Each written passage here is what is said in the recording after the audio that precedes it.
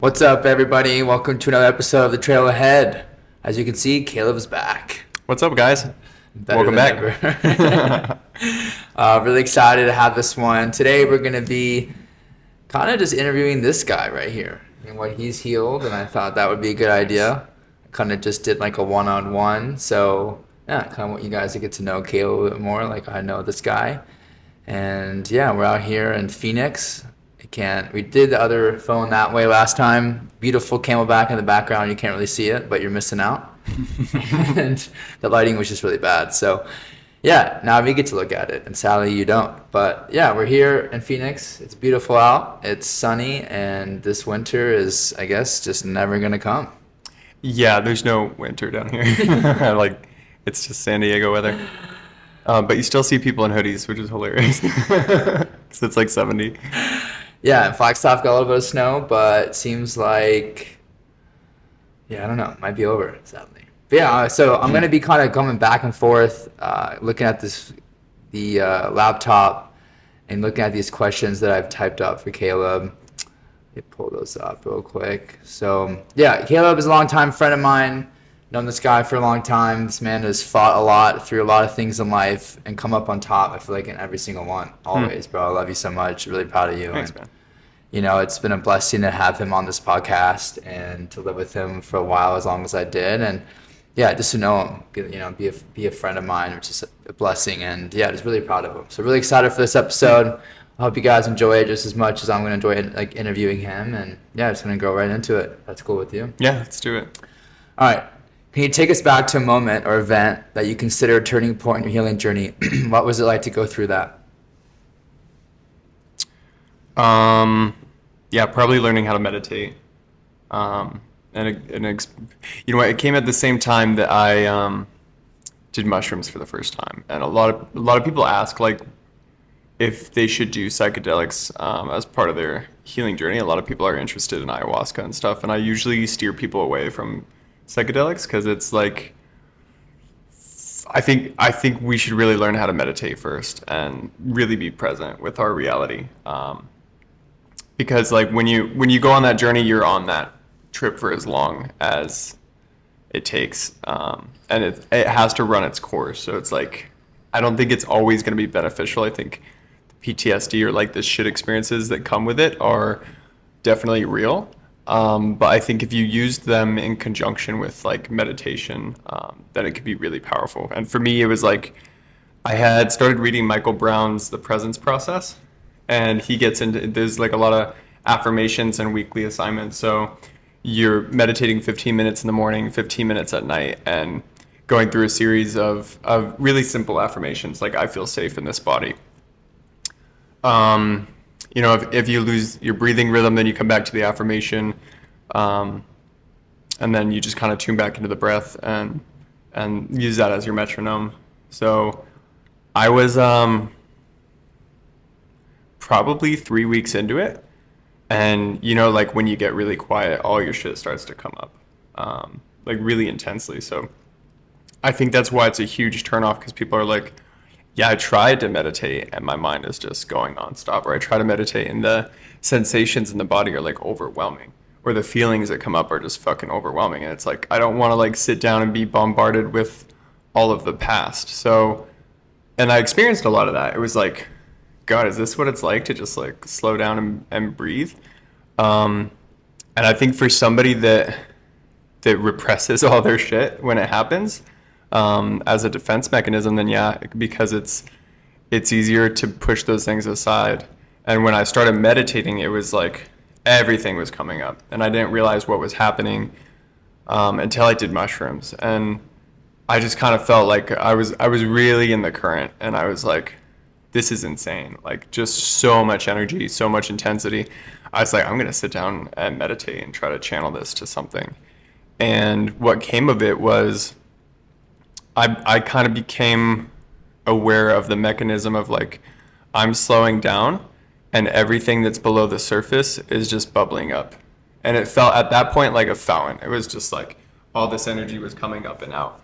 And it felt like my soul was like exfoliating my experience while I was here on earth. It was like pushing everything out.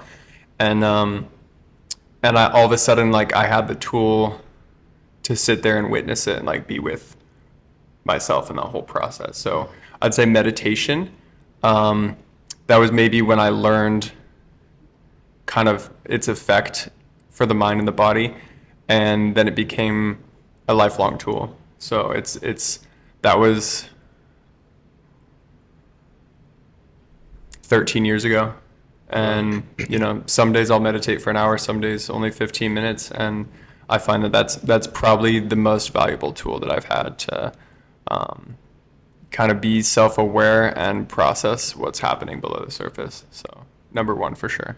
Yeah, someone asked me yesterday, what do you find like is true happiness? I said when you can like literally sit by yourself with your thoughts, you know, and be happy. Like, I think that's where you've hit like true happiness, because obviously it can be like you said, being able to sit in your stuff and think, and you know, like actually meditation is like really makes you looking within, right? Yeah. It's a quiet, it's a pause, and it's really a reflection of time inside, and like listening to yourself, you know. Like tons of us, I think we have a hard time doing that, which is nothing to judge. It's just really hard to sit and like listen to yourself. It's a process.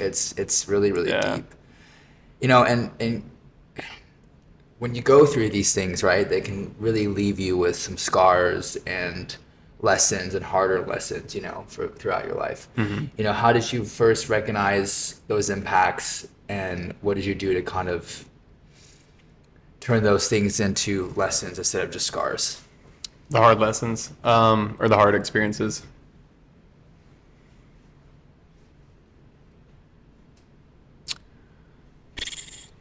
I mean, it definitely takes a perspective shift, and it would be really nice, like in the moment, if there was somebody there that could like help correct it or like reframe it when things happen, because sometimes it just solidifies so quick that we don't really get a chance. But down the road, I think developing an attitude that like there's no problems, there's only challenges, or like the painful things that we experience are actually the doorways to our highest transformation and best selves. So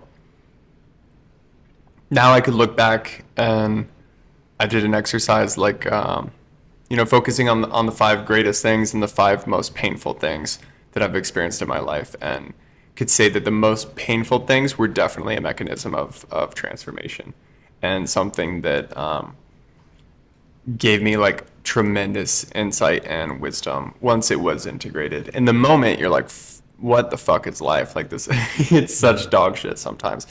Afterwards, you integrate it, and it just becomes your path. And we reject it so hard because we're like, I don't want to go that way. And life is like, but that already happened. Like we're already on this path, and so the second you stop resisting it and find a way to reframe it that actually benefits you, then it's like, not only do you get to go on living your life, but you're a lot more empowered. So I think recognizing challenges or painful events as a doorway to transformation, like it's a doorway, it's a gift, like it's an invitation to step through an experience and gain something that you previously probably wouldn't have even imagined. So yeah, perspective shift. What would you say the like top things, hardest things you've ever had to overcome in life?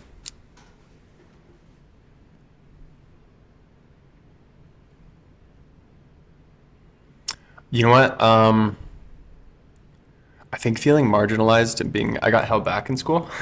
Really? Dude, Yeah. sucks so bad.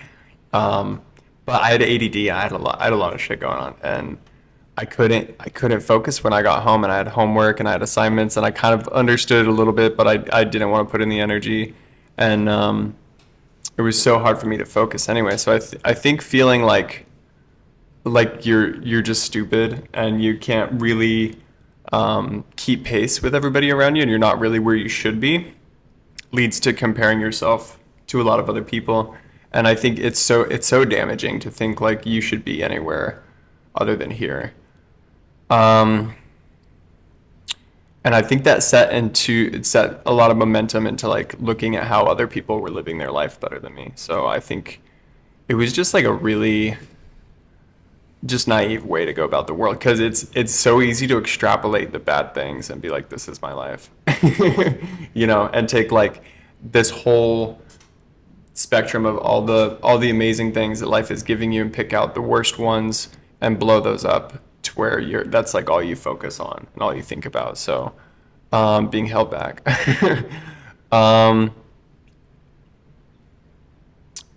I think like living in my car between jobs and like after breakups and stuff, and experiencing like not having any money and feeling like I was kind of like at a rock bottom.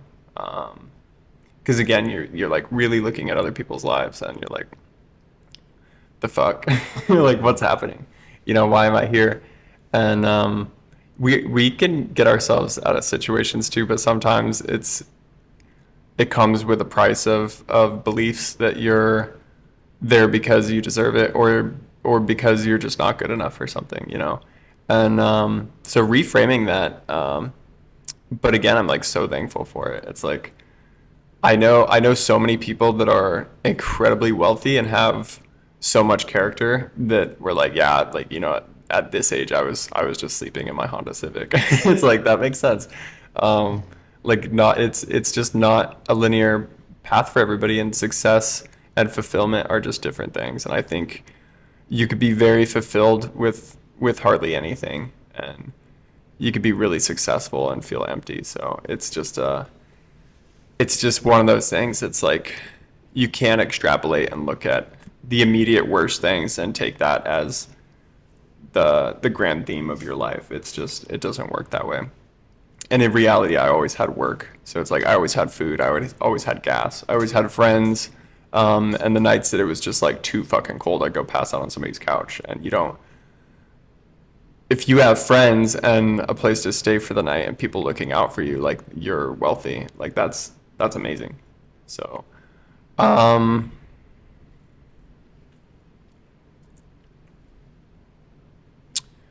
then just breakups. Breakups, dude. And I think the idea that somebody doesn't want to be with you is not bad, but if you pair it with an underlying belief that you're just inadequate and you have nothing to offer somebody, it's a deeper wound that needed healing. So I feel like I handle that a lot better now, but it took a long time to be like, oh, it's fine. It's actually okay.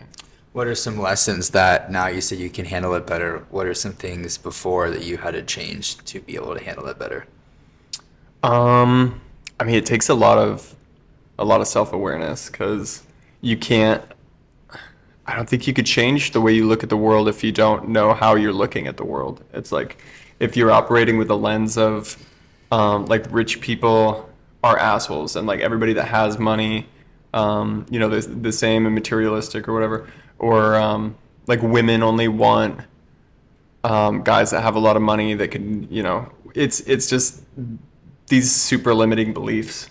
And if you become clear on them and aware of how you're viewing the world, then you could change it. But I think so often it was just like just right below the radar. It was like subconscious, so I wasn't able to recognize that I had limiting beliefs. It was just there.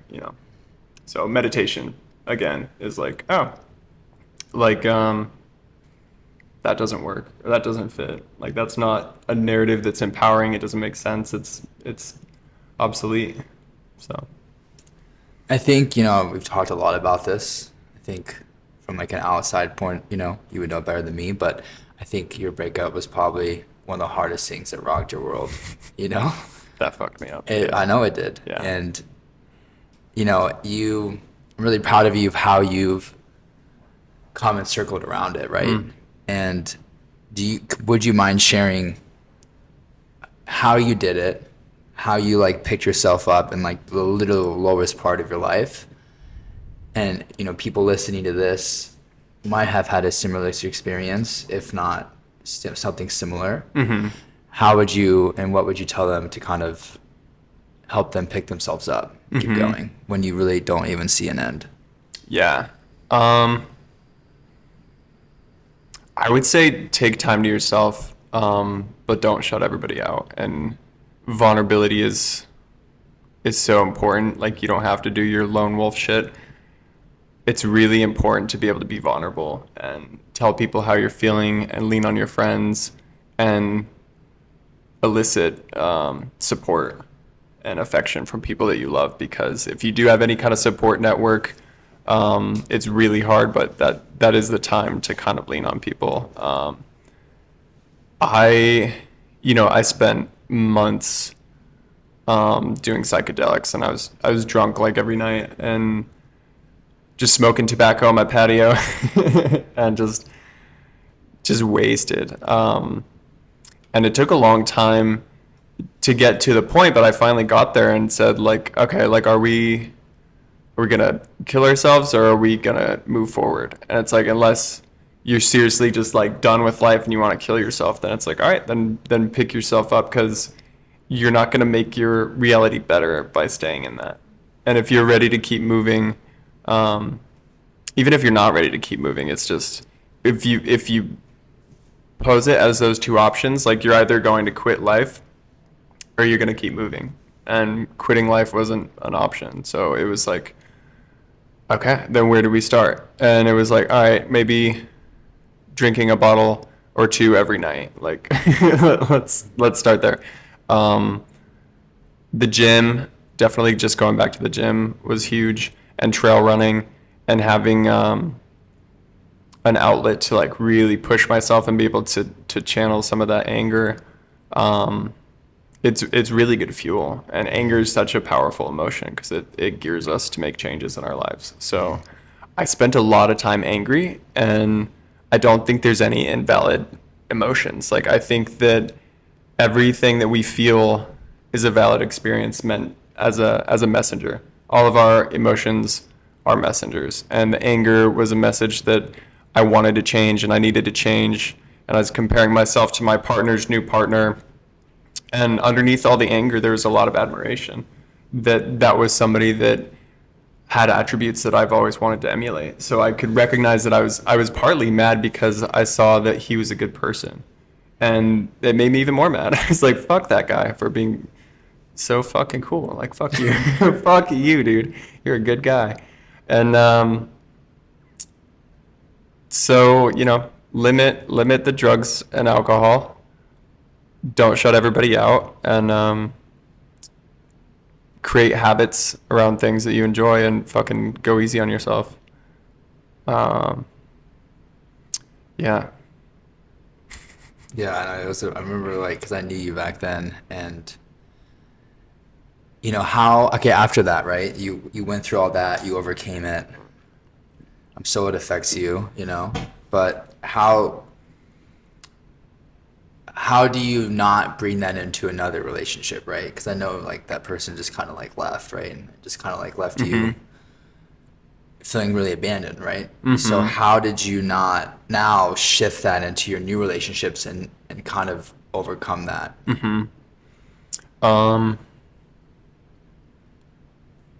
Yeah, so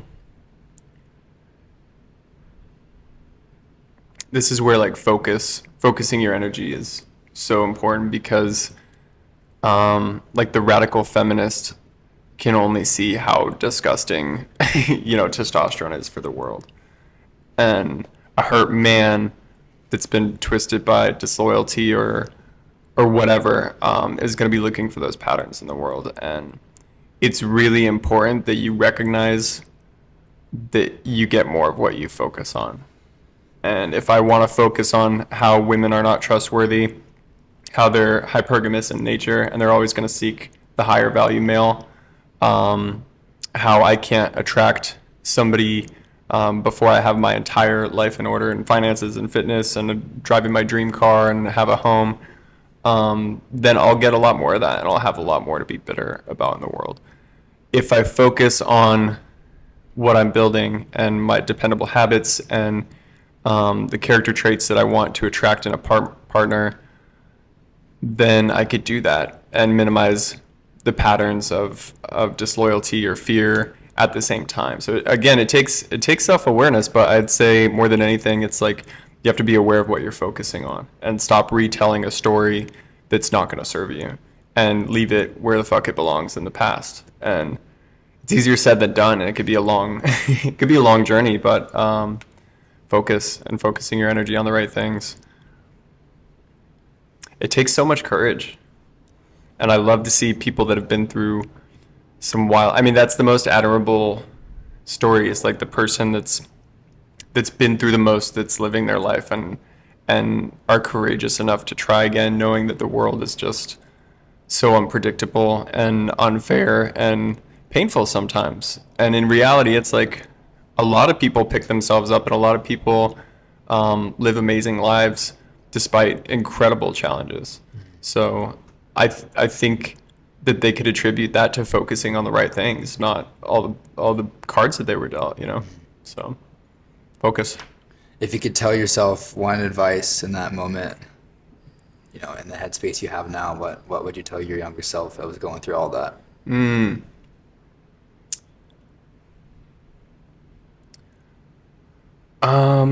Maybe that wasn't it.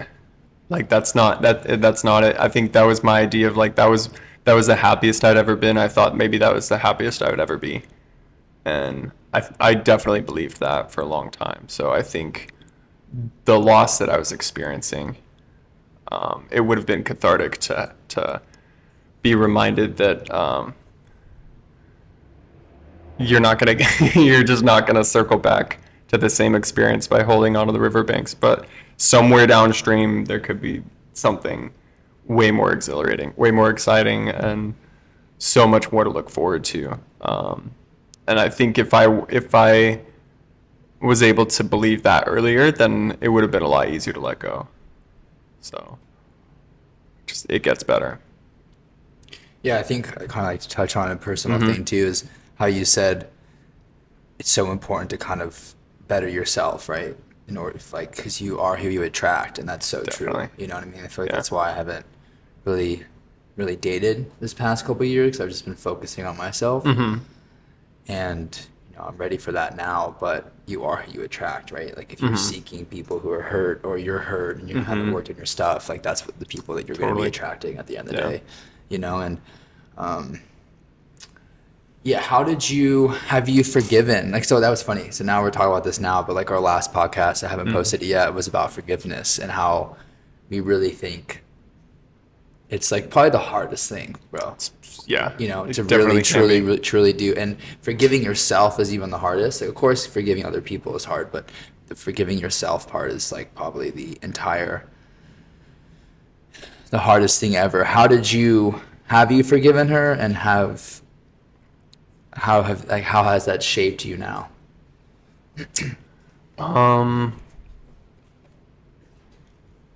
Yeah, I would say yeah. It's hard in the moment, but once you, I mean, it took a lot of visualization, and to like really focus on the innocence in another person, that like we all make mistakes and we all go through hard times, and at the end of the day, that's somebody that impacted and brought a lot of light into your life. So it's sort of, if you take what you need from it and you let go of the rest, then it's just kind of like that's somebody that you loved very much, and you're disappointed that things didn't continue on that route. At the same time, it's okay to release other people from the situation, and you reclaim a lot of your own personal power when you do too. So you free yourself when you forgive others too. So I'd say I have, and it's been a process to forgive myself. But again, it's like, if, in the lens of like we're just learning, and all we could do is act here in the present moment and be accountable for who we are now. Then there's no pressure to be like, oh, I should have done this, I should have said that, I should not have done that. It's like, okay, we're already here, and that's what you did. So with that information, where do you want to go from here? And so yeah, I'd say I feel pretty complete with forgiving outside and forgiving myself. I think that's like something I've been really working on as well too. I mean, we talked about this many times, but I think every single person comes into your life for a reason. Like how you said at many times they brought a lot of light into your life, right? They brought a lot of good memories and traveling experiences. There's like just experiences in life, right? Having that significant other in your life, but at the same time, I think that's the hardest thing is forgiving yourself, right? It's so easy to just say, "Oh, it was her. It was all her." It's so easy to blame without just like looking inside and saying, "What did I do?" Right? Like, because obviously, I wasn't perfect in a lot of instances as well too. So it's about like learning that and turning those, I guess, into lessons so they don't happen again. And I think that's the most powerful thing, right? Because you are who you attract. So if you just blame,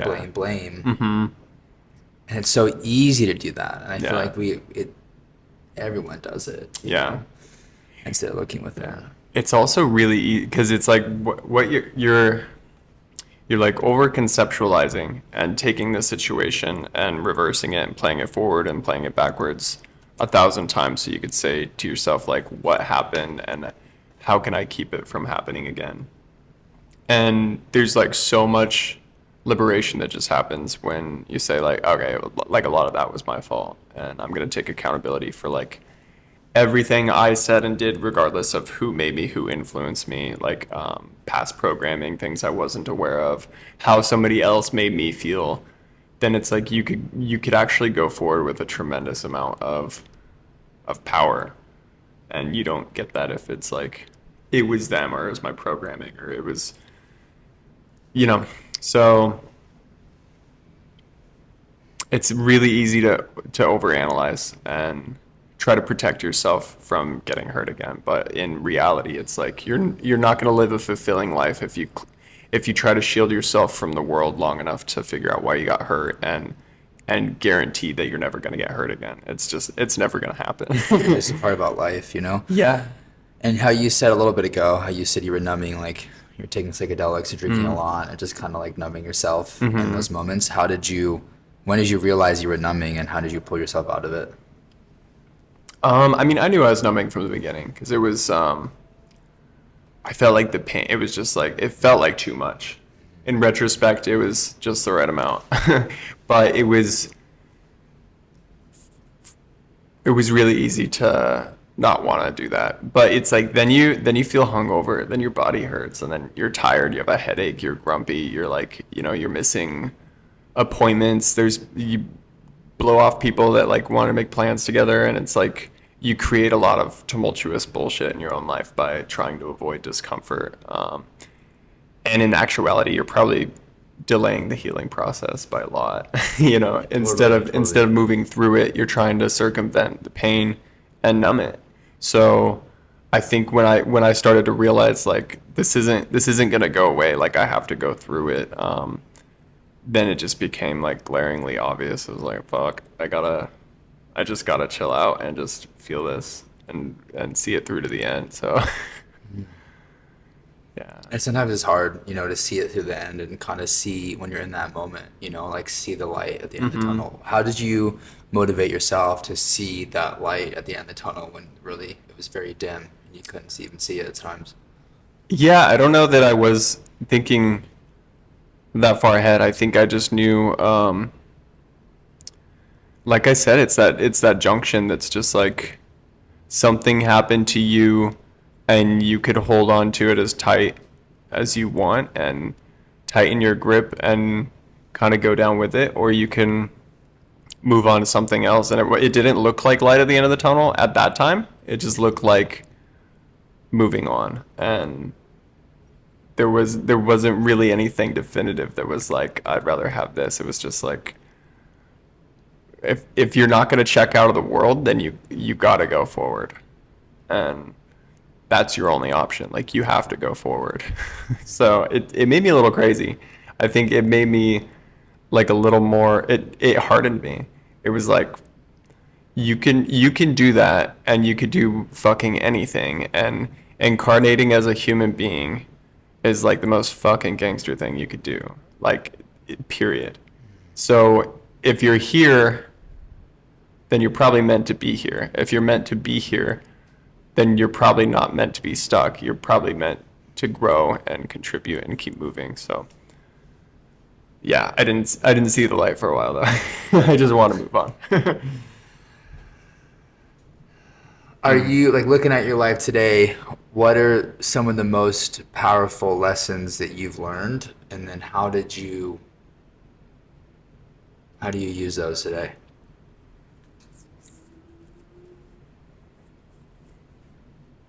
Vulnerability is power.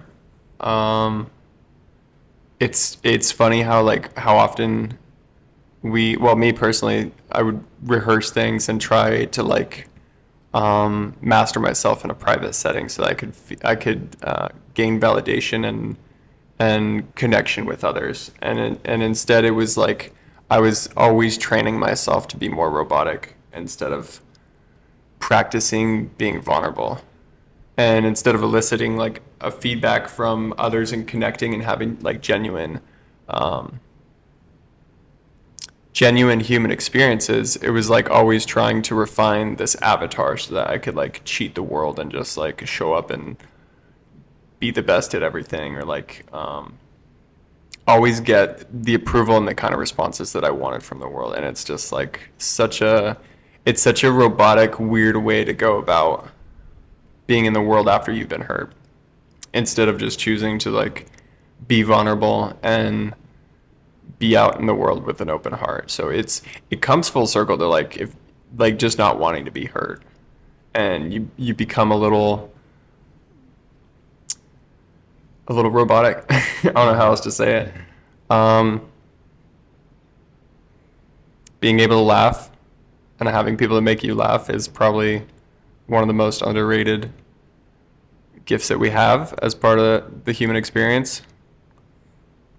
And I do believe it's medicine. It's insanely healing. And if you're ever like in a state where you're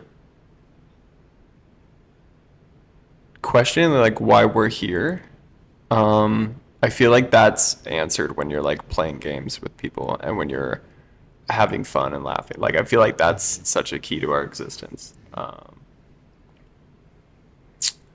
And then, like I said, accountability. It's just everybody wants to be somewhere and has some kind of vision, and nobody wants to say that everything in their life is their responsibility. And I think when you get over that hurdle, it's so empowering. And that's your perception, the words that come out of your mouth, your intentions, what's going on beneath the surface that you haven't integrated, how aware you are of yourself. It's everything. If you're accountable for who you are, then nobody can fuck with your world. And even if you were wrongfully imprisoned, it's like you have the choice to focus on what you want, and nobody can rob you of an authentic joy, because it's just up to you. Like your perception, everything is. Yeah, at the end of the day, no one's gonna save you. Yeah. Oh, for sure. You have to really kind of save yourself. Yeah. And of course, there's people along the way that help you and will give you advice. But at the end of the day, like no one's coming to save you. Totally. I think that was the biggest thing that's helped me in my healing journey, was realizing that.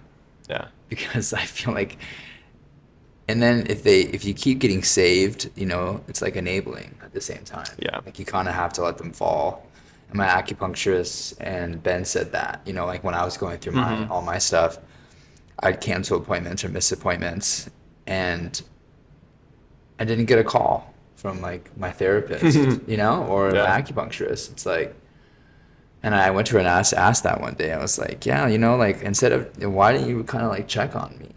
She's like, well, it's not my job to she's like, when I first started my practice, I tried to help everyone from falling. She's like, I could see it when I went through she's like, I could see it with you. Yeah. I quit for that 90 days and I was going to Denver, and she's like, I could see that you were going to go there and drink and, kind of just numb a little bit and just kind of take a right turn on your path, but that's not my job to save you. And she's like, I can just send you energy and pray that, you're going to come back and you're going to realize that, right? Yeah. And nothing bad's going to happen, and along the way. And it's so interesting. It's like, I can't save everybody. She was like, I have to let people fall, and hopefully that fall will make them realize how and where they need to go, right? And so like for me, I feel like yesterday I was just talking to my friend about it and saying, you know, it's like if I didn't fall, I don't really think I would ever be where I am today. You know, like even if I quit for that 90 days like I did and I didn't hit rock bottom in my life, you know, I wouldn't be where I was today in front of you right now with this podcast. And there's just so many instances. It's like everything happens for a reason. I'm a true believer in that, right? Whether it's the most fucked up thing in the entire world or the best thing that's ever happened to you, right? Like there's everything happens for a reason. So I don't really think if I didn't hit rock bottom, right, that this moment in my life that I have right now would be in it. For sure. So that was like a powerful thing when we were talking about it. You know, it's like everything happens for a reason and no one's coming to save you. So you're either picking yourself up, like you said, like you're either going to just fall and you're just going to end your life, or you're just going to have to say, okay, well, I'm here now. This is where I'm at and I don't want to be here anymore. And like, let's go. You know, I feel like there's not really any in between, you know? Yeah. So. Yeah. Wild stuff. Yeah. I think it is wild stuff. And I think that's looking back at it now, I can say it's beautiful, right? But when you're in it, it's fucked up. Totally. It's really fucked up to go through all that, right? Yeah. And to sit there and be like, poor me, why me? You know, and like you said, you compare yourself to everybody else. And I think it's so easy to do that nowadays with social media. And, you know, especially if you live down in Scottsdale, like, you see people driving like Maseratis and McLarens and they're our age and Audis, and you're just like, fuck, you know? But at the same time, like you said earlier, okay, what is success, right? Yeah, you can have $1 billion in your bank account and you can be the most miserable person in the world, you know? And I think money is great. And of course it gives you the luxury to be able to like live life and travel and things like that. But you know, I know people who have a bunch of money and they've never left the country. Yeah. Like for me personally, I'd rather travel the world, whether my family, my kids, for sure, you know, one day, or by myself, than to like sit, okay, dope, I have a really nice, you know, car in my driveway. Even though, dude, I think a recent goal of mine is to have a GTR by the time I'm 35. Yeah? Yeah. I don't know why. You can do that. I feel like I can, but at the same time, it's like I was talking to my mom about it, and she was like, "Okay, well that's cool. You want a GTR, but then how are you going to travel?" I was like, okay. Hopefully, by the time you have a GTR, you'll have an airplane too. I was like, okay, maybe I'd take that back, because I was like, you know, it'd be cool. Before I have kids, bro, I want to be able to have a sports car. Yeah, because when I'm gonna have a baby, I can't be having a baby in the back of the GTR. You know? It'd probably be like a really snug spot for a car seat. But I think, you know, I was like, okay, maybe you're right, because I don't know, dude. I think about that, like, you know, going out to nice dinners and stuff is fun, but I think having an experience of traveling and things like that, for sure, is so much worth it more. Right? Yeah, I think so. Like having $1,000 bottle of wine is probably really good, but does it taste that much different than $100 or $50 bottle? I'm gonna say yes. Talking to wine over here. If you're like a real wino, then that's a really good night. But I think for most, but if you're getting wine at a restaurant, it's like you're paying $1,000 for a $150 bottle anyway. So it's true. Like, and it's really not worth it. Like a $20 or $30 bottle of wine, you know, can have more than 90 points, dude. For sure. You know, so it's true. I'd rather be having that and then you know, driving home in a GTR. For sure. Dang, yeah, pick and choose. But I think maybe if you're at that level of success, you'll have, you know, the garage to leave it in and the resources to leave it parked somewhere safely while you're on your travels. You know, who knows? I think I think if you want it, you'll get it for sure. I know. I kind of do, bro. I mean, you know, but seriously, you know, I think being able to sit in your stuff is where happiness comes from. Yeah. You know, and I think how we're talking about right now, like the things that we're overcoming in our life. Yes, like they're so hard, right? We could sit here and talk about it all day, but I think the most important, beautiful factor of that is where we are now. Yeah. You know? And in that moment, it seemed like such a reach, bro. Like sitting in front of here with you right now, having this podcast. Yeah. And being vulnerable. Fuck no, bro. Yeah. There's no way. Yeah. I wasn't even vulnerable with myself, let alone my friends. Like, Yeah. you Strangers. know, God, to the world listening Yeah. to this, like there was no, bro. And we were talking about this earlier, and I don't know what it is. It's something like, of course, you go to therapy and you talk about something and you can release it.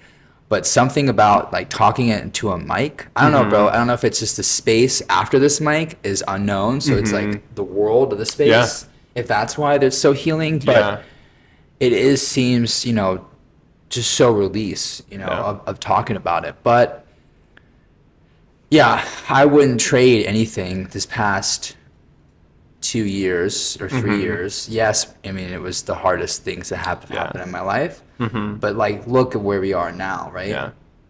How can we show up in the relationship and a friendship, ourselves, the people around us, how lucky we are to like live in a place, and have the life that we have, and to look at this Camelback Mountain right now. Yeah. And Epic. it's just crazy because I think even though you could be, and like listening to this, the worst spot of your life, like truly you could be sitting there and thinking, like, I've lost my life, or, I could be living on the streets or things like that. And you sit there and listen, it's like, okay, it just take one step at a time, and we are just be grateful for the things. Like I had my staff meeting last week and I started with a quote. It was like, there's don't quote me on this, 84,000, I think 600 seconds in every single day. When was the last time you said thank you?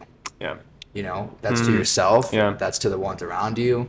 That's to the person that you go get your ice cream for, or their coffee in the morning. Like I tell people everywhere, I appreciate you. And they kind of like look at you and they're like, oh, thank you. When people tell me that at the restaurant, I'm like, oh, I appreciate you. Yeah. No one ever really says that. Yeah, yeah.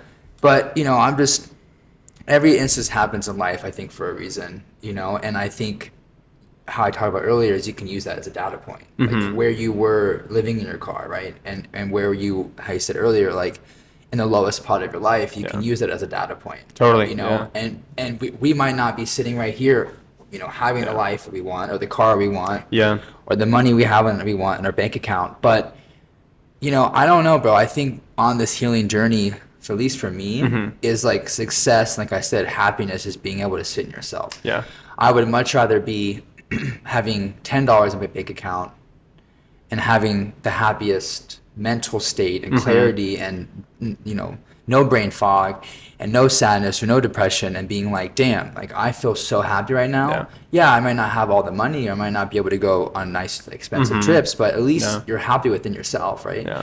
Or if you have kids, like, I'm going to have hopefully kids one day, and like, being able to sit in your house. Like I interviewed Bo, and he said, I was like, what makes you happy? He was like, honestly, bro, coming home and just looking and seeing my wife and my kid and just being like, seeing them with a smile on their face makes me happy. That's right? cool. And and it's so true. Yeah. And I feel like that's the end goal, right? Is to have a family one day, and to have, be happy with the family and have a career in the house or whatever that is, right? For that person and for me personally. But, I feel like the healing journey is, and I would like kind of love your, opinion on this. People will say, oh, I've healed. I think that's so interesting when people say that.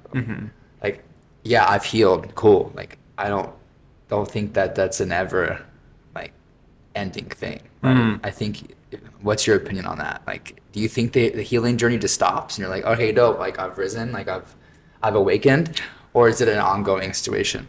It hasn't stopped for me. But I would say, like, I think it's like a common theme that like healed people heal people. Like, hurt people hurt people, healed people heal people, because you have the vibrational alignment with somebody that's not operating with their consciousness rooted in pain and bad experiences. So I think you could get to a place with your nervous system that you're healed from your past experiences and always integrating more lessons, and not operating out of wounds, So yeah, maybe, but I think the next step is like collectively, like we're still part of the bigger body, and there's a lot of healing that needs to take place with the bigger body, and be it like, greed or people exploiting one another or, just taking and there's so many layers to healing on a larger scale. So yeah, maybe it's the people that have like I've healed my shit that are on their own personal path that contribute to the collective healing. So I don't know. I don't have a good answer for that. I'll have to think on it. Yeah. Yeah, I think that has been the most powerful thing personally for this podcast is how many people have like reached out and have been vulnerable. It was crazy. Yeah. I went to an event with a friend and one of my like closest friends from a long time. Yeah. And lived with them and was just I love this person a lot. And he of course has been vulnerable with me, but not to this extent, right? And I'm sitting there with him, and all of a sudden he just turns to me and he's like, I really resonated with your last podcast, and just starts going, and I'm sitting there across from him or next to him, and I'm like, oh my God, he's like, I really appreciate you for this podcast, and I really resonated with it, and it just started snowballing.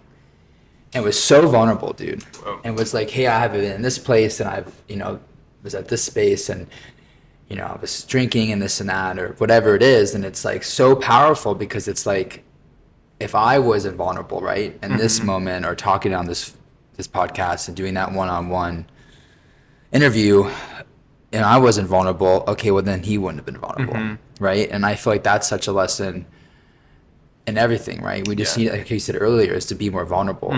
Like, it is so important to talk to your friends or your loved ones, the people you trust. Yeah. And it is true, dude. Like, talking on this podcast has people have reached out and want to be on it or be vulnerable and say, hey, thank you for that. Yeah. If this podcast changes 5 lives, dude, and maybe rewrites someone's path or makes them take a left turn instead of a right turn or vice versa, then it was worth it all my time. Yeah. It's worth your time on this. It's worth my time on this.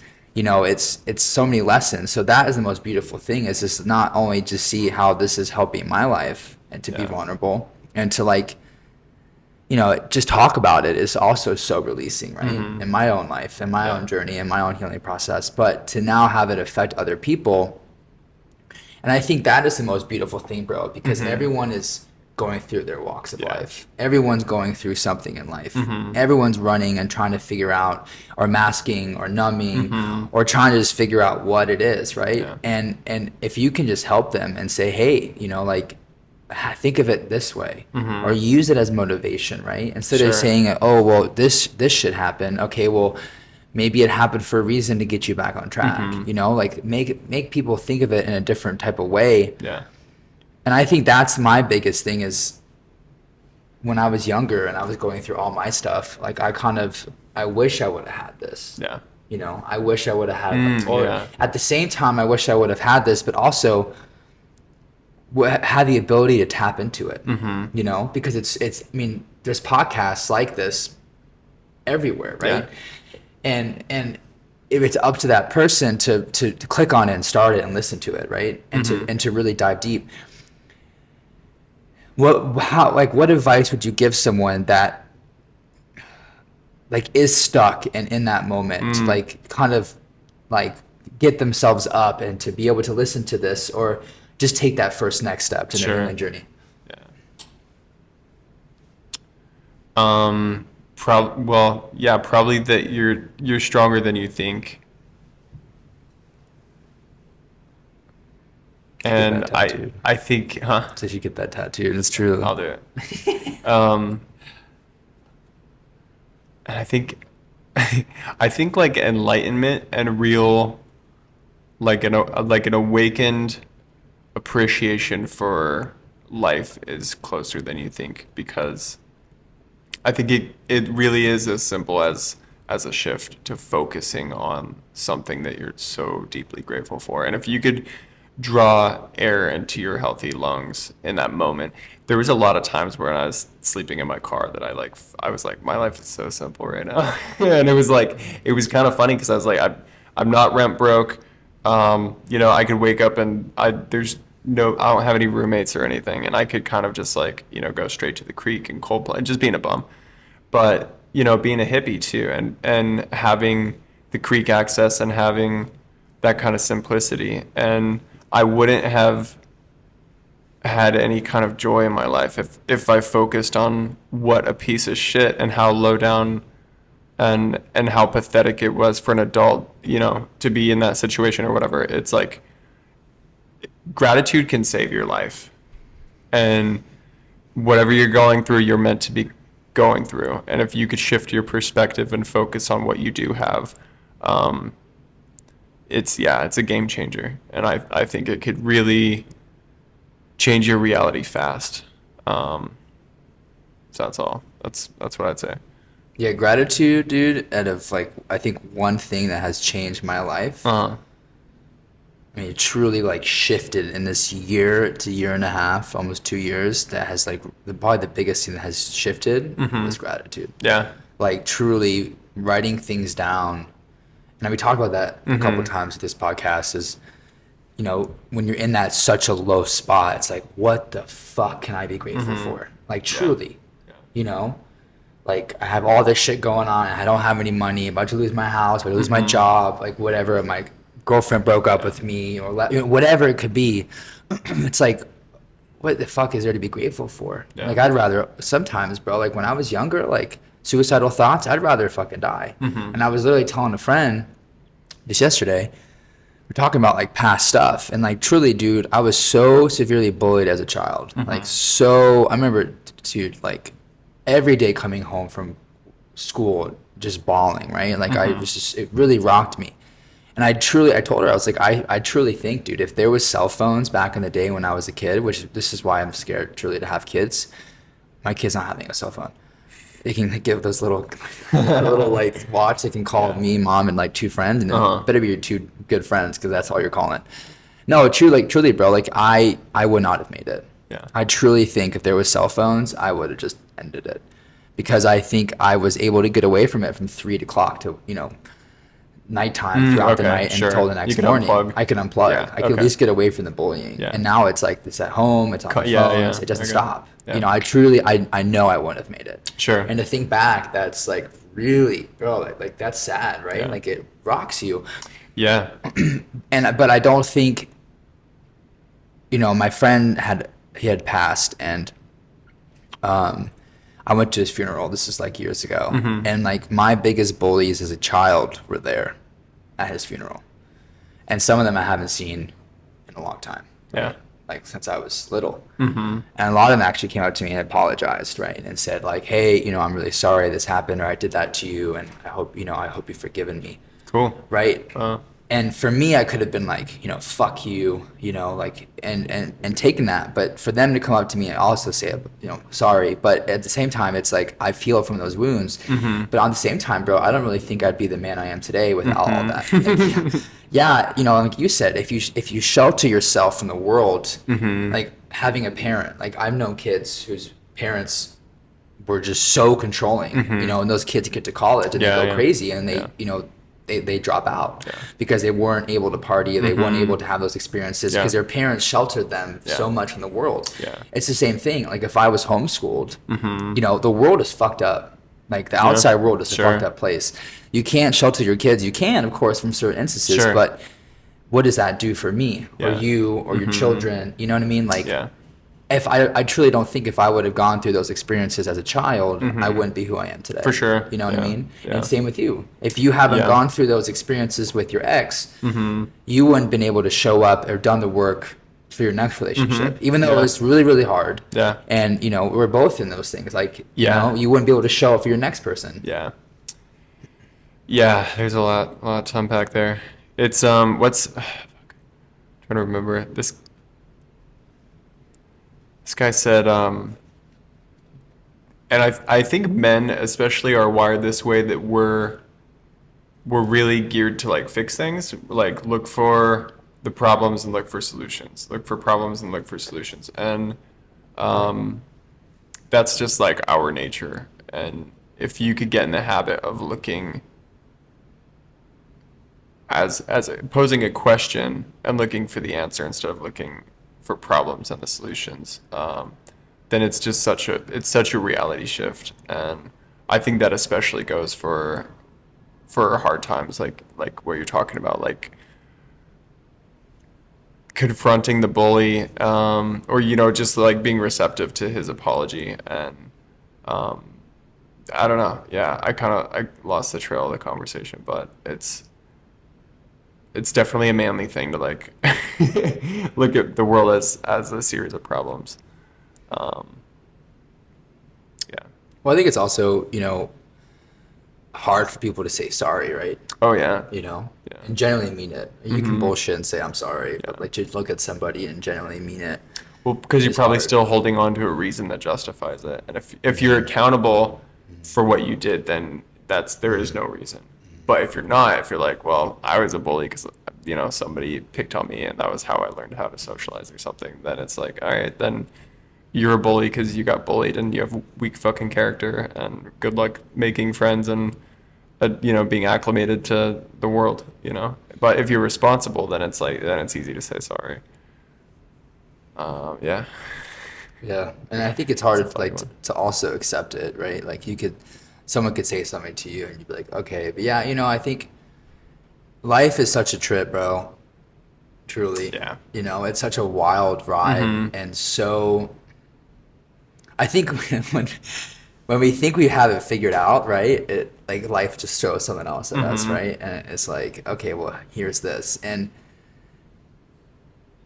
I think just to be grateful is so important. Dude, I it's can't it's everything. even. I It's know I've said everything. that a lot, but You can't say it I enough. can't say it You gotta enough. count your blessings. Straight up, like, Everything. dude, the good, the bad. I mean, just to be grateful for everything, Yeah. And I'm in PT right now because I just got carpal tunnel surgery, Mhm. as you know, and my PT is the same PT that I had when I had my car accidents, Mhm. 10 years ago, Yeah. which I think is probably one of the hardest things I've had to deal with and all that type of stuff. Like definitely the lowest part of my life probably. And it's so crazy to have a full circle, right? And Mhm. to sit and work with him again and to talk about the man that I used to be and how he remembers, right? And Uh, it's just funny. And then, I quit drinking a year ago in 13 days. And I celebrated. If you're like, oh, how'd you celebrate your year? Well, I mhm. got fucking carpal tunnel surgery. It was great, But it was crazy. I've had so many circles, and Uh-huh. I wonder on your healing journey, have Mhm. you had like some circles, and what were those? Because I think it's so interesting when you kind of take a step back and see those circles. It's like, okay, so a year ago, I quit drinking, but now I'm in the same surgery center as our car Mhm. accident from 10 years ago, Mhm. and I'm having the same There's just so many circles to think about. So, like, what are some circles that you've kind of had and realized? Yeah, I think, dude, so much around money and, um, feeling like, okay, I'm at this point in my life. I should have some distinguishable competencies that allow me to excel in a workplace. But if you've worked like 30 jobs and you've never stuck with anything, um, I think talking to people and seeing how a lot of people buckled down and they finished school and they stuck with something and their lives changed because they were consistent, and me always always always comparing myself to those people and just being like, why couldn't I figure it out? Why couldn't I like just finish school? Why was it that like every time something bad happened to me, I had to like throw everything I'd worked on away and just like run away from my problems? And I think full circle, it's like, because that's what you fucking did. And don't beat yourself up about it. And in actuality, your life is really full of experiences that you can draw from, that are going to benefit you if you remember to allow them. And so I think like the whole life should have gone this way because that's what everybody else is doing, and then beating yourself up for not doing the same thing. That's been a huge full circle because it's really, it's your experience, and it's not meant to look like anybody else's. Granted, like there's obviously some lessons for like discipline and consistency in there, but for the most part, it's like way easier to look at other people's lives, see exactly how they got there, and look at mine and appreciate that I didn't take the same path that everybody else did. And I think it's so easy to run. Like that's what I would do all the time, bro. Like school, I graduated, but it wasn't easy, And in life and relationships, like anytime shit got tough, dude, I just ran. Yeah. Job, whatever it was, and that was a big thing that I've had to change in my life. Is when shit gets tough, like stay. Yeah. And don't just run. And there's so many things like rewiring your life and be on the healing journey is great, but it takes a lot to rewire. Like to rewire old tendencies or old triggers or old ways of living or old ways of numbing, like it takes a long time, and I can now at this point in my life, I can like look back and I can go out and drink with my friends and at breweries, or I can go clubs or whatever it is and not have a drink and not have like, there's like, you get to that point where you're just like, okay, like you have enough, backbone in certain ways in different lives, right? To not numb or whatever it is.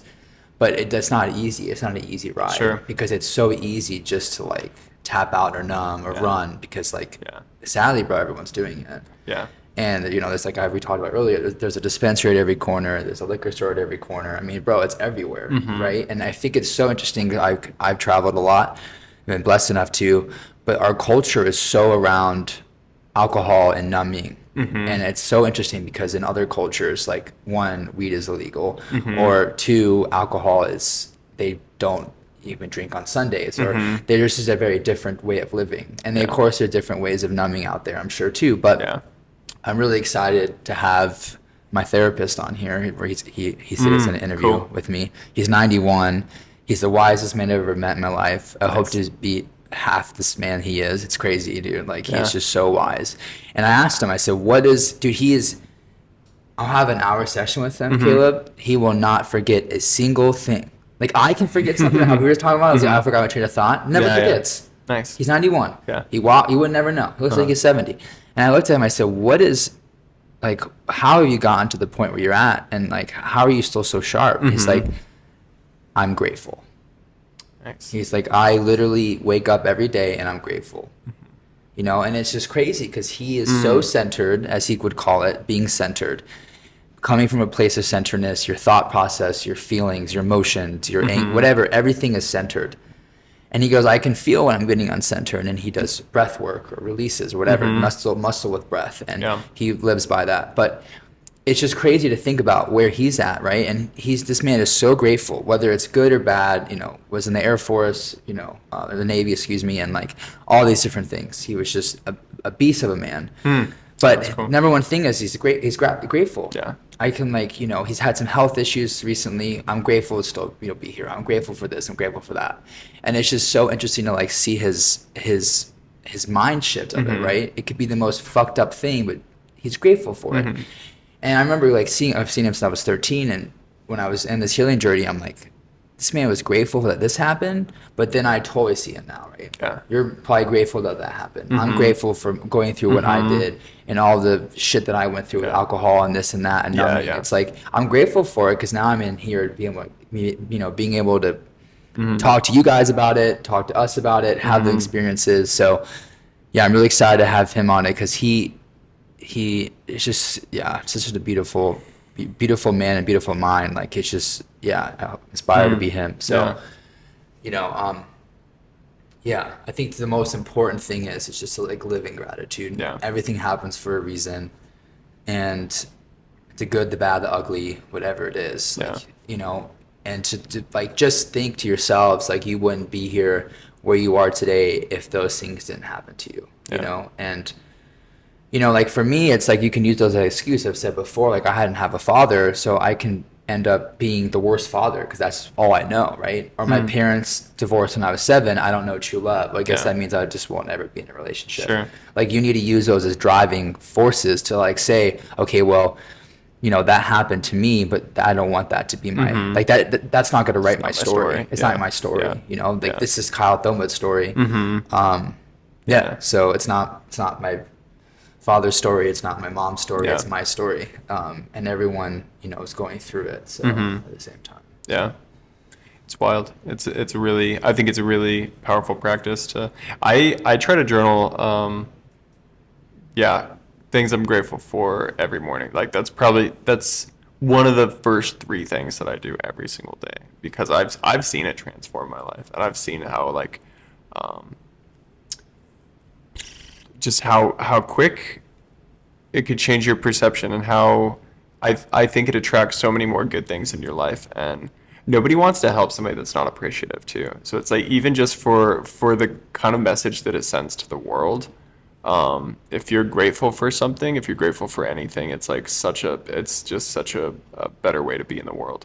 And I think what it does for other people is shows them that like you could have everything and still feel empty. And some people have nothing and they're the wealthiest people. And I really believe that. And it's just so fucking crazy when you see people living like that are like, cannot be beat down, because they're so filled with joy and they're so appreciative for things that you could so easily overlook. And it's like, we all know somebody that no matter what, they're happy. And then it seems like there's a lot of people that are spoiled beyond belief, that have unlimited resources and they're never happy. And it's probably a lot of comparing themselves to other people and not considering what they do have to be grateful for. So there's a lot, I don't know, there's a lot that you could do with your life if you learn how to be appreciative of what you do have. And we were so blessed, truly, So much. So blessed, and I want to say thank you, Caleb, for always being so vulnerable. Having this podcast is, I guess, like a recent dream of mine, and to have you on it, on a lot of these episodes meant a lot to me. Sweet. Your vulnerability is amazing, look forward to a lot more conversations. And I'm gonna record with Jacob, one of Caleb's friends, tomorrow. He's such an amazing man too. And Jacob. It's cool to see how many men have like reached out and have wanted to be on this, right? And it's so powerful for a platform for men to be vulnerable and talk about their experiences and how they've overcome them, and just to create a safe space, right? For men to be vulnerable, I think is so important. I don't think there's a lot of, in the world, we're taught to numb, and I think that's why so many men just numb, because we're taught to not have emotions, right? Don't cry and don't have emotions and don't be scared, and like they're and that's a natural emotion for every man. And I think that's why men turn into angry men and aggressive men, and like the whole circle is because they don't know how to control their emotions. And so I think like it's so important how you said to meditate or to journal. Journaling is so powerful. And to like be able to look back and say on January 17th of 2024, Kyle felt this way, and to see where my headspace was, and how you talk about that 10-year journal. Like, my homework for men that are listening to this, or even women, whoever's listening to this, is to write 5 things you're grateful for a week. Just do it for 7 days. I know I say for a month. Okay, well, I know people are like, okay, well, a month is a long time. Do it for 7 days. Do it for 1 week. And I truly think about your headspace on Monday when you start it, and think about what your headspace is Monday morning when you wake up the next day, the next week. Like truly how much of a shift it can take. I promise you, tap in, message me if you do it, how you think, how it felt. Thank you for tapping in. I really appreciate you guys. It's meant a lot to me. All the support and all the messages that I've gotten from you guys truly means a lot, warms my heart. I love you all. And thank you, Caleb, for another great episode. Thanks, love you, bro. Yeah, glad to be here. And I'll see you guys next week. Later, guys. Peace out.